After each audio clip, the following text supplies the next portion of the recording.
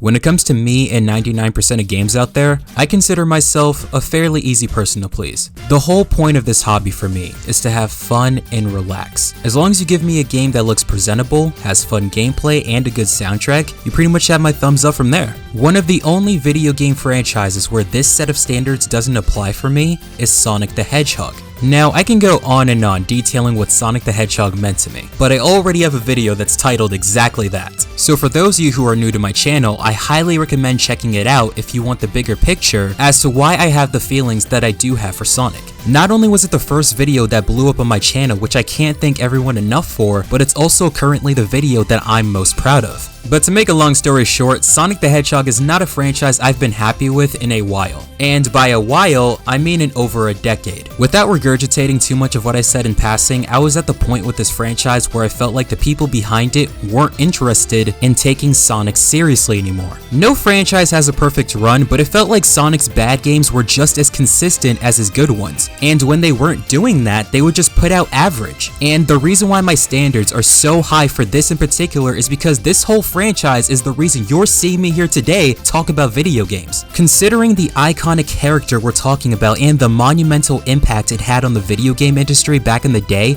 mediocrity should be far from the standard. So after a while, I got tired of being constantly upset and disappointed with this franchise and eventually picked up my controller and started playing other games, while also beginning to move on. It looked like SEGA was starting to pick their feet back up with Sonic Frontiers, but again, as I've said in passing, the game in the end didn't really do that much for me. In fact, when I finished that game, I even said to myself back then that I was worried that this would be a game that I would like less as the years went by. And that unfortunately did end up being the case. But despite my personal feelings on it, the light at the end of the tunnel was seeing members of Sonic Team personally ask the fans for feedback and hearing that Sonic Frontiers sold well, which pretty much guaranteed a higher budget for the next in-house title from SEGA. But anyways, one of the things I've been wanting SEGA to do for this franchise, especially as of recent, is re-releases and ports. But upon hearing Sonic Generations was getting a remaster, I wasn't really excited initially. The reason being their handlement of Sonic Colors Ultimate, making me question if they're even capable of doing remasters right, despite it being outsourced. With the second reason being that I felt like so many other 3D Sonic games as well as spin-offs deserve to be brought back first, especially when many of those titles are no longer available to be purchased through legal means, unlike Generations, the game that you could still buy on Steam.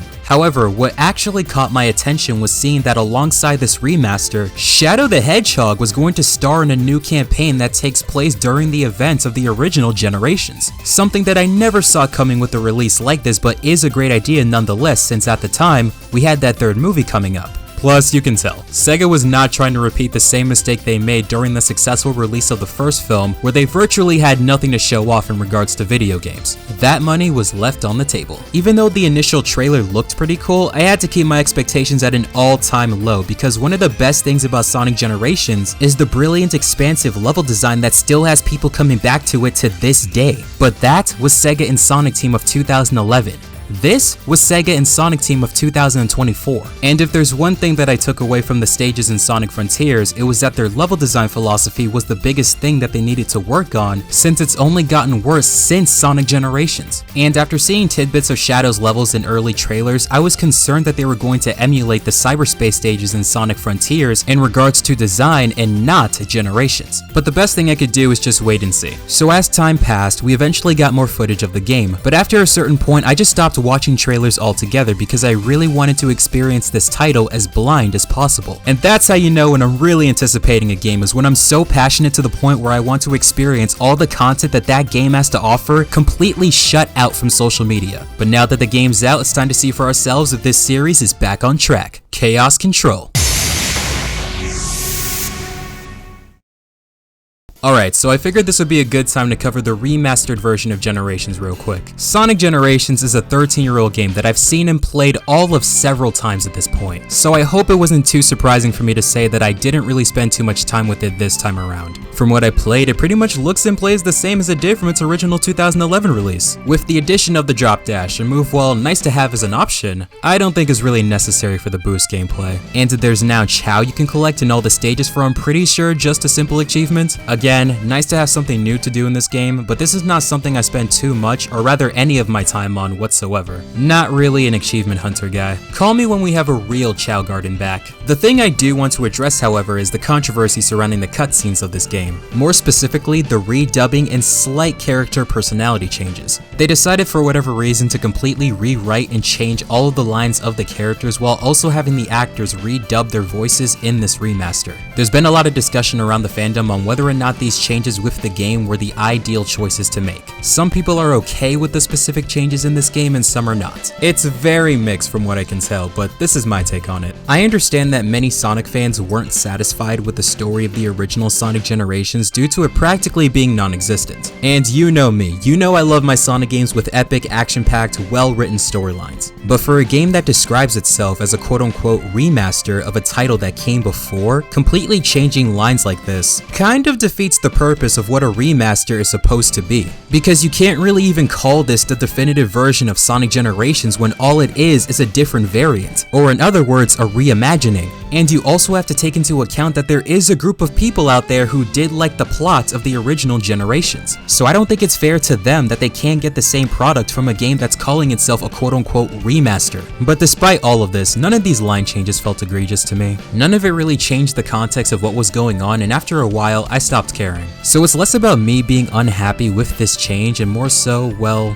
what's the point? Last thing I want to mention is going back to what I said about there being slight character personality changes. More specifically, Amy Rose. If you look at the slight differences on how she's depicted in cutscenes as well as how she's described in the character bios, you can tell that they're trying to dial down the love factor Amy has for Sonic. While it's not completely gone, to be fair, this is still a decision I will always disagree with. As for the reasons why, this is where I'll once again redirect you to my What Sonic the Hedgehog Meant to Me video during the part where I was talking about Amy as well as the other individual characters, so you can get the full context of my perspective without me having to repeat myself too much. Then you have Amy Rose, who amusingly enough has a major crush on Sonic. But what I love about her character outside of that is that she has nurturing motherly instincts to her with how she was taking care of that bird in Sonic Adventure 1. But when she sees someone down and in a funk, she tends to be the voice of reason. And despite being the hyper-feminine girl of the cast, she's no pushover. Make no mistake, if you upset her, she's going to squash you like a bug with her hammer. And when she's really upset, she'll take charge or take command of whatever situation she's in, which scares some of the males in the series due to how exaggerated she is. Her power to assert dominance and go through whatever lengths to get what she wants makes her strong enough on her own. Which is why I thought the concept of Amy physically attacking Sonic just to get him to marry her in Heroes was funny as hell, because that's how serious she is from an exaggeration standpoint. But what I liked about Amy's feelings for Sonic is how she's willing to put her life on the line for him when things go south. Even when Sonic was accused of being the person who ruined the world in the future, she would rather choose Sonic over the world, not just because she has a crush on him, but because she knows him and believes in him. That's strength. But to sum things up quickly, the psycho-love aspect of Amy was not only one of the core aspects of her character, it's also the charm of her character. It was one of the main things that sold her hyper-feminine appeal. Keep in mind, this was far from the only trait Amy has, but it is her main trait, and it was always supposed to be viewed from a humoristic lens. That's what always kept her character lively and fun. I understand that ever since SEGA brought Ian Flynn, the writer of the Sonic IDW comic series, on board to write the storylines for the games, he's been trying to make the characters of the games much more consistent to how he depicts them in the comics, starting with Frontiers. And yeah, I wasn't the biggest fan of how Amy was portrayed in that game either. It feels like he's trying way too hard to make Amy mature into an adult, despite the fact that she's supposed to be 12 years old, resulting in her in the end just coming off as boring to me. But once again, none of these changes, even the ones revolving around Amy, really bothered me that much. It's just one of those things to where if I was able to send feedback to SEGA or Ian Flynn directly, I would politely say that I would prefer if you didn't continue down this road with Amy's character and instead try to be much more consistent with how she was portrayed by Shiro Maekawa during the Adventure era. That's just my piece on this whole thing. But putting all that stuff aside, Sonic Generations is still the great game that everyone remembers. But as I'm sure pretty much all of you are waiting for, the main reasons dudes spent $60, not $50, $60 to be able to play this game early is because of this right here.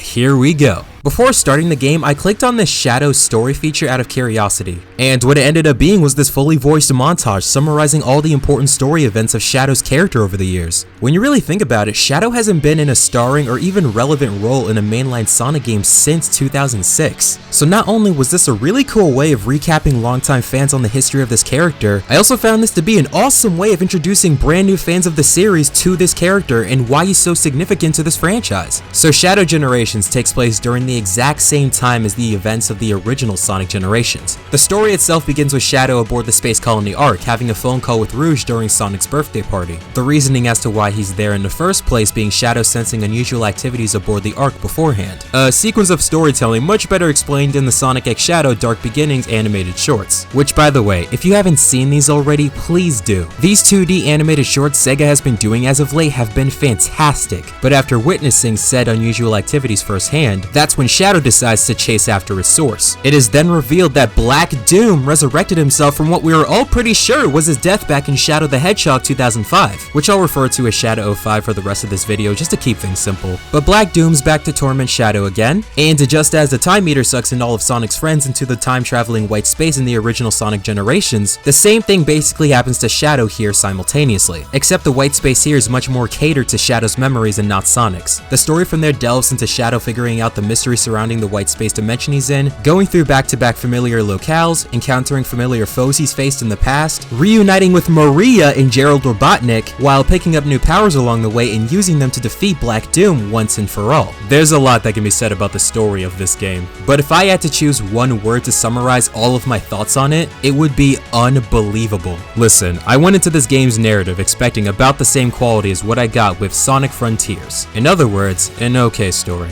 But even as a guy who just got finished criticizing Ian Flynn's writing earlier, I gotta say, this guy pretty much knocked it out of the park here. I was fully invested from start to finish, and a lot of that has to do with the emotions tied into this because this is a story about Shadow's past coming back to haunt him. In this day and age within the current Sonic timeline, you would imagine Shadow beginning to move forward over the tragic events that occurred 50 years ago. But Maria coming back into the story is like a dangling carrot to be able to get back the light that was taken from him. So there is definitely a sense of desperation I felt coming from Shadow, which I felt was executed quite well. And everything surrounding Maria in her interactions with Shadow was done incredibly well. They somehow made her 50 times more precious than she already was in the games back in the day, and it was a delight to see Shadow receive that warmth from her at least one last time. Something I never thought I would see in my lifetime is Shadow actually putting out a genuine smile. I always associated this aspect of Shadow with Mandy from the Grim Adventures of Billy and Mandy, so jokingly enough, when he cracked that smile, I was low-key expecting the universe to explode.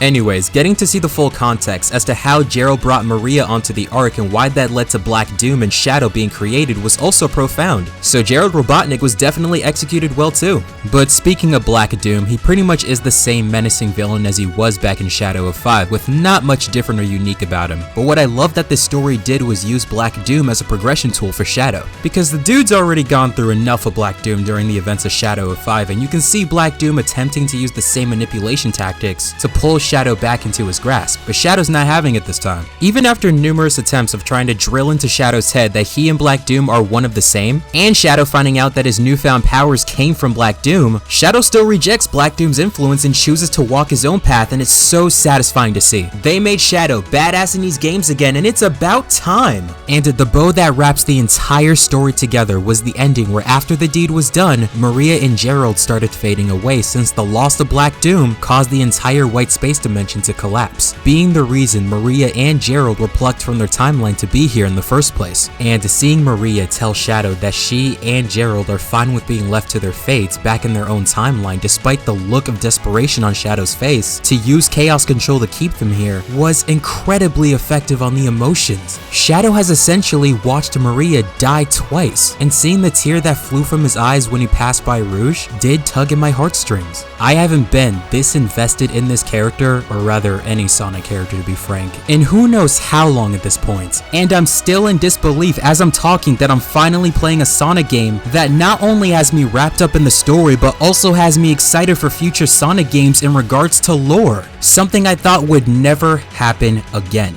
So hats off to Ian Flynn for this. This story kicked tons of ass. Now, as for the gameplay, when the game started on the Space Colony Arc Act 1, I was very nervous. Because again, I just lived through a whole decade of Sonic games where the gameplay was underwhelming. A game that's, quote, not the worst Sonic game ever is not a bar for me. I want better for this franchise. I'm well past over saying, quote, this Sonic game is a step in the right direction. I just want Sonic Team to put out a Sonic game that nails it for both me and the fans. Especially with a game that's alongside a remaster of a Sonic title that's renowned for its fantastic level design and overall gameplay. But coming into this with the lowest expectations possible, how do I feel about the video game that is Shadow Generations? Holy sh**!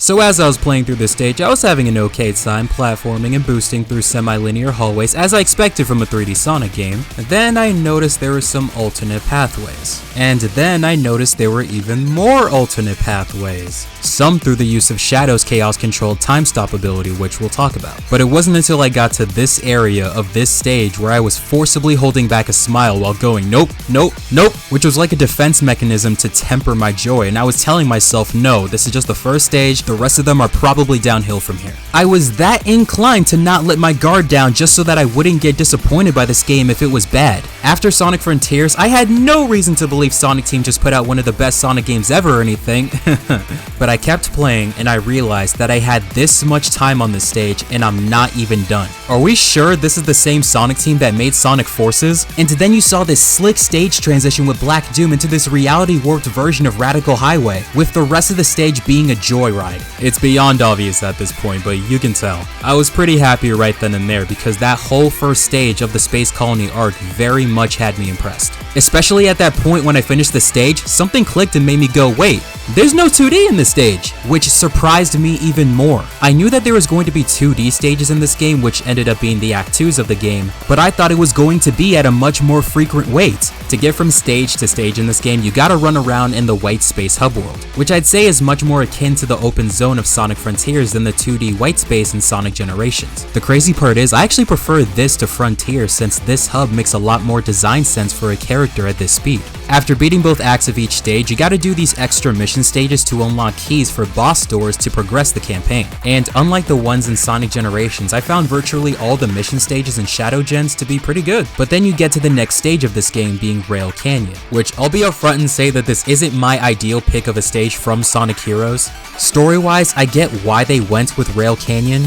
but I definitely would have preferred something like Frog Forest to maybe give us something more visually different in comparison to all the other stages. Nonetheless, Rail Canyon was also a stage I really enjoyed, and when I figured out that you can use chaos control to prevent certain parts of the track from being destroyed and open up new doors to alternate pathways on the level, it was a wrap for me. Nearly all of my worry defenses came crumbling to the ground and I had this bright smile on my face. Because creative level design like this is something I've been looking for from Sonic for over a decade, and I didn't even think this development team was even capable of that anymore. And the rest of that stage just kept that same momentum of quality, effort, and design, and I loved it. After the stage was done, I was sitting there thinking to myself and refusing to believe that the rest of the stages in this game were like this. And guys, it shocks me in the most pleasant way possible to say, they are! Kingdom Valley, oh my god! It's crazy to think that the stage I was most excited to play in from the trailers not only ended up being easily the best stage in the game, but was so phenomenal to the point where it even rivals modern Seaside Hill from Sonic Generations in quality, being the best stage from that game.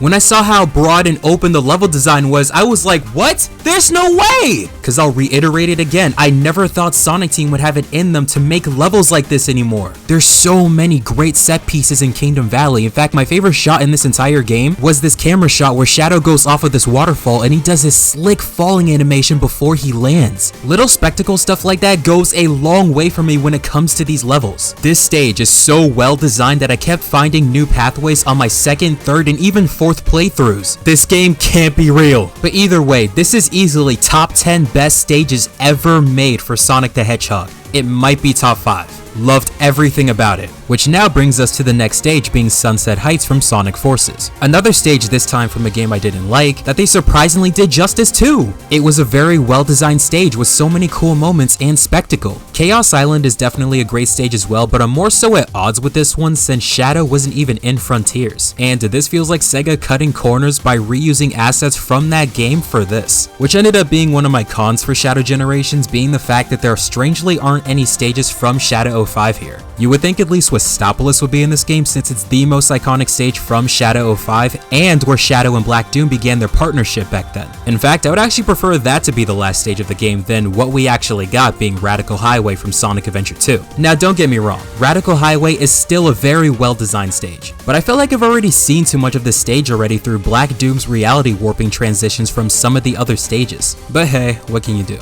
And surprisingly enough, by some sort of miracle, Sonic Team somehow got me to like the 2D sections of this game, which again were relegated to the Act 2s of the stages. All of them were well designed. Now, as mentioned earlier, Shadow gets some new abilities here. You can use Chaos Spears normally to paralyze enemies, but Doom Spears allow you to lock on and shoot several Chaos Spears at once. Doom Blast is a move where you launch certain enemies into the air, then kick them far away while teleporting to their location, which is something I thought would be situational, but in reality enhanced my experience in stages like Kingdom Valley, where I can kick an enemy shattering through a glass window and teleport to their location to get the move on. One of the most satisfying things I've ever done in a Sonic game. I've got to say it yet again, Shadow is badass! Doom Surf pretty much allows you to ride on water. It's a pretty good alternative to the boat vehicle Shadow had back in 06. I just think the controls could have used a bit more tuning up in the sharp turns department. Doom Morph has you turning into something similar to what you would see from Splatoon to traverse through this purple goop and use floating purple orbs to swing around. While not bad by any means, I would say that this is the least fun power-up Shadow has. Plus, there's certain things about it that aren't even explained in the game, such as needing to be directly under it before you let go of the button to get launched upwards. Alas, Doomwing allows Shadow to grow wings and super glide across the stage for as long as the meter is filled. Speedrunners are gonna have a field day here. But aside from those Doom abilities, the fact that you can use Chaos Control to stop time and create unique ways of completing a stage is freaking genius. That's a concept I would have never thought of in a million years. Something I never thought Sonic Team would be able to come up with in this day and age. Like dude, I was playing through Sunset Heights and there was this part where I noticed that there was this upper pathway that I couldn't figure out how to get to. When I found out, by complete accident mind you, that you had to use Chaos Control to freeze the rocks that the background robot was throwing at you to use as homing attack steps to reach the top, my jaw fell flat on the ground. I was like, you can't be serious! It's out of the box design like this that I missed from Sonic, and I couldn't stop getting giddy about it throughout the rest of the game. They did such a great job differentiating Shadow with Sonic in this game, because in games like Adventure 2, Heroes, and even Forces, Shadow pretty much played as a cosmetic skin of Sonic with little to no differences. 06 was the only Sonic game prior that gave Shadow a much more unique edge compared to Sonic, but wasn't very well executed in the end, as most Sonic fans already know. But making Shadow's homing attack the Chaos Snap in this game I thought was a brilliant idea, because being able to teleport to the other side of laser walls, for example, adds so much to Shadow's unique way of traversing through these stages. The cherry on top of all of this being Shadow's controls feeling incredibly smooth. You can't forget about the boss fights too. All of them were great, and the spectacle of seeing Shadow beat the crap out of these enemies is always a treat. The Biolizard was cool, but it was one of those things where after seeing it once before in Sonic Generations 3DS, it didn't really amaze me. Metal Overlord was especially great because it gave Shadow the same consistent strength progression Sonic had in Sonic Generations, where you had to fight Perfect Chaos, a boss that was originally a supersonic boss fight in Sonic Adventure 1, with Sonic now being able to defeat it in base. And now you got Metal Overlord, a boss fight that originally took 12 characters including Super Sonic to beat back in Sonic Heroes, can now get mopped the floor with by base Shadow. I just love little progression details like that. Plus, the Doom Surfing was implemented well here. I can't decide if this is my favorite boss fight of this game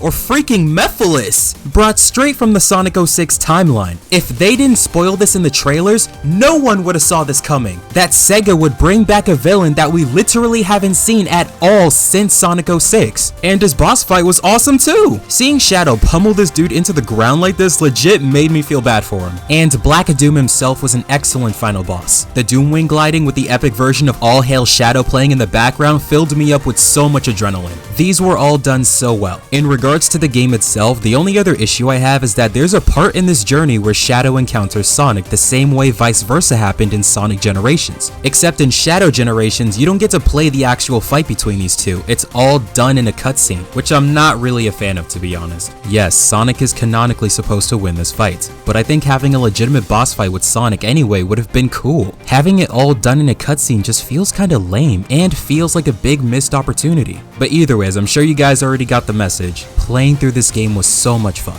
Especially now that we finally got a Sonic game that actually has challenging levels. While not the hardest there is, this game is by no means easy to play. If you want to go for S ranks, that is. In fact, the pain of me trying to do perfect runs of these stages was definitely something else. Especially when I brought one of my buddies to watch me play, and let's just say, the dude had a field day.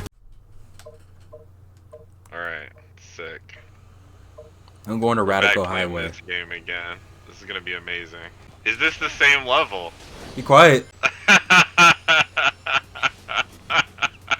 Top rated Shadow player in the whole game.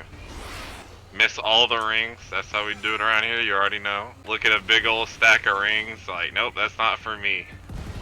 J-Man, he's already got the bag. 450 subscribers. You know, YouTube's feeding him well. What are you even talking about? What are you talking about?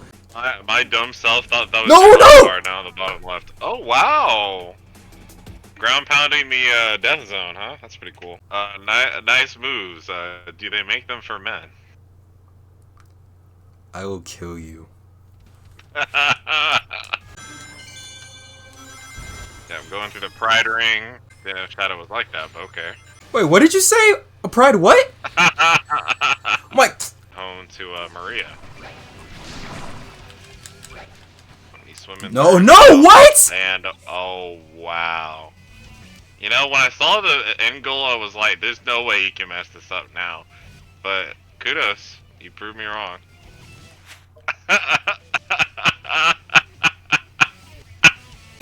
What is one thing I know J-Man for? It's for his unyielding skill. The Sonic games. Well, except for that one time where he. Do you have an off switch? To jump up. And why is the music so pumping? Because it's his world. Is it really? Yeah. It is. Oh yeah, dang. In J-Man's world.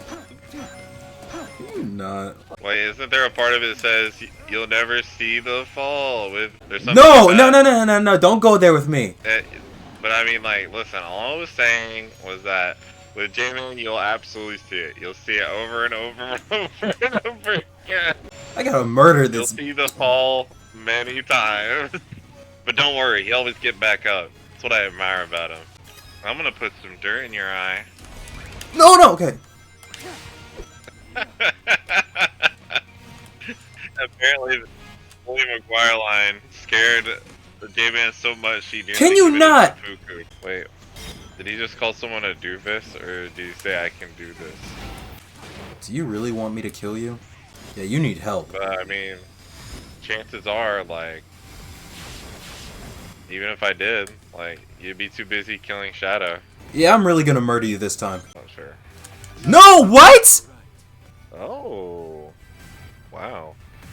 You really went for it, didn't you? Right for the gold there. Got the rings knocked right out of him.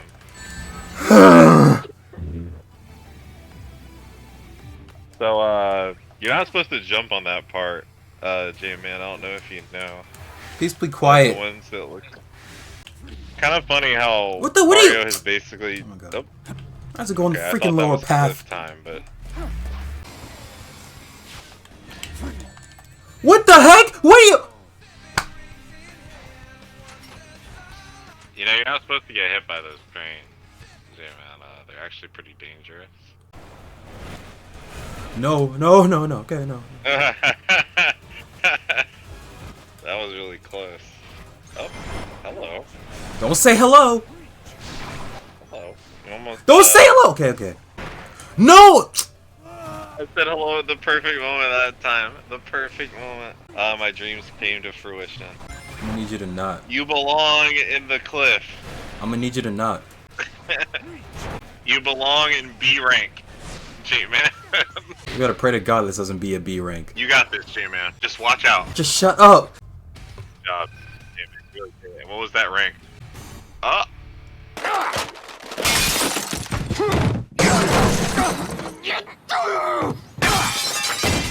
But aside from that, another thing I want to point out is the visuals. It's so insane how after over 10 whole years, we finally have a Sonic game that surpasses Sonic Unleashed in regards to graphical fidelity, art style, and lighting. Shadow Gens is the first Sonic game to me in a long time that really feels next gen. Maria and Gerald's character models look fantastic, and seeing bits of the fur texture on Shadow is really cool. Everything about the game looks visually amazing, but I gotta admit, I thought it was pretty jarring in the beginning scene of the game where Shadow and Rouge were talking, and the game was switching between the new graphics of Shadow Gens and the old graphics of Sonic Gens.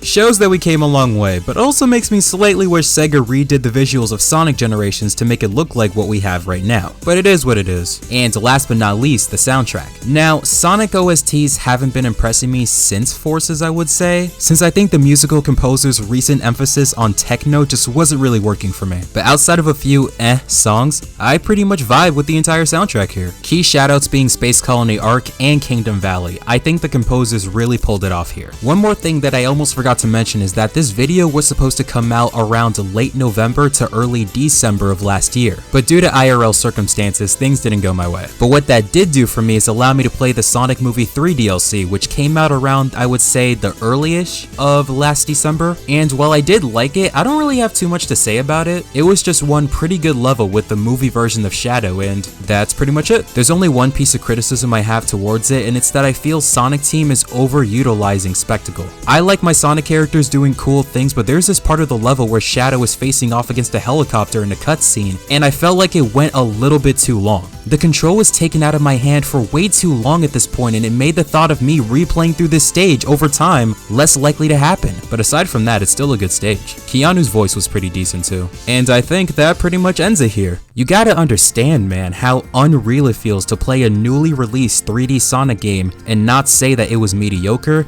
not say that you liked it, but to say that you had a great time with it and nearly loved it. To have a Sonic game that practically gave you everything that you've been asking for, something that you realistically thought would never happen under the current company that is SEGA. This game feels like a dream. It's so weird to me to have a Sonic game that not only satisfied me this greatly, but also now, after so long, has me excited for future Sonic games. And with Shadow Generations in particular, now I'm thinking about how cool it'd be for SEGA to give us more solo adventures starring the other individual cast of characters of the Sonic universe. Like, I would love it if we got a Silver the Hedgehog game, and I always thought it was a shame that a character as cool looking as this, with a unique playstyle and backstory as this, never really got a prominent role in this franchise since 06 because of the obvious negative reception of that title. Team Chaotix. I've been a huge Team Chaotix fan since I first played Sonic Heroes, my very first Sonic game back in the day, and I've been wanting a spin-off game surrounding all three of them for the longest time. And I also thought it'd be really cool to have an Amy Rose game, especially after Nintendo last year came out with Princess Peach Showtime, a game that really complemented Peach's character. If SEGA made something similar to that with the obvious standard Sonic game design but had Amy Rose star in it, I think it would be really awesome. But nonetheless, the last thing I want to say here is a genuine message to SEGA and the development team about my hopes for the future of this franchise. Now, I've reiterated this many times before, but I'll say it again. I've been a fan of this franchise for almost as long since I can even form memories, and you don't know how disheartening it was seeing this franchise fall down the way it did in the 2010s to the point where I couldn't even have faith that these games could even be good anymore.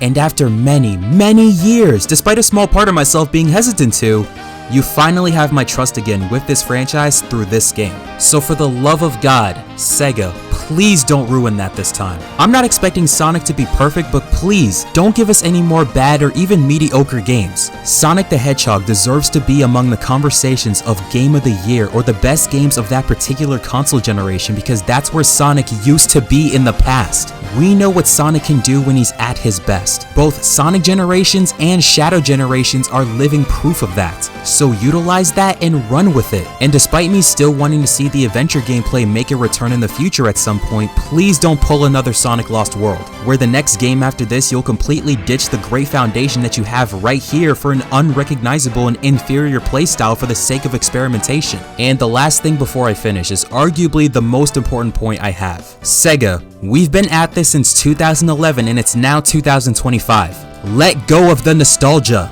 I'm beyond tired of Green Hill. I'm beyond tired of Chemical Plant as well as every other old stage being brought back for newer games. It's time to stop using past stages as a crutch for these newer games and take the final steps to finally push this franchise forward and give us brand new levels, brand new areas and locales to explore. Because when the older stages were brought back with games such as Forces and Frontiers, all that showed me is that the development team was afraid of trying something new. And they shouldn't be. I'd rather have a set of original stages that may not be the most memorable out there in comparison to other games but still expand the Sonic universe, rather than the development team just playing it safe by bringing back old stages because they worked in the past. Just take that risk and give us something new. Give me that new game where Sonic is going to adventure exclusively through lands he's never been in before, because then it's truly going to be a new adventure for the fans as well. Give me all of those and I'm happy. But putting all of that aside, go pick up Sonic X Shadow Generations if you haven't. From a long-time Sonic fan, it truly made me incredibly hopeful for the blue blur once again. And I can't wait to see what the good folks over at Sonic Team are cooking next. Anyways, thank you so much for watching and have a good rest of your day. Laters.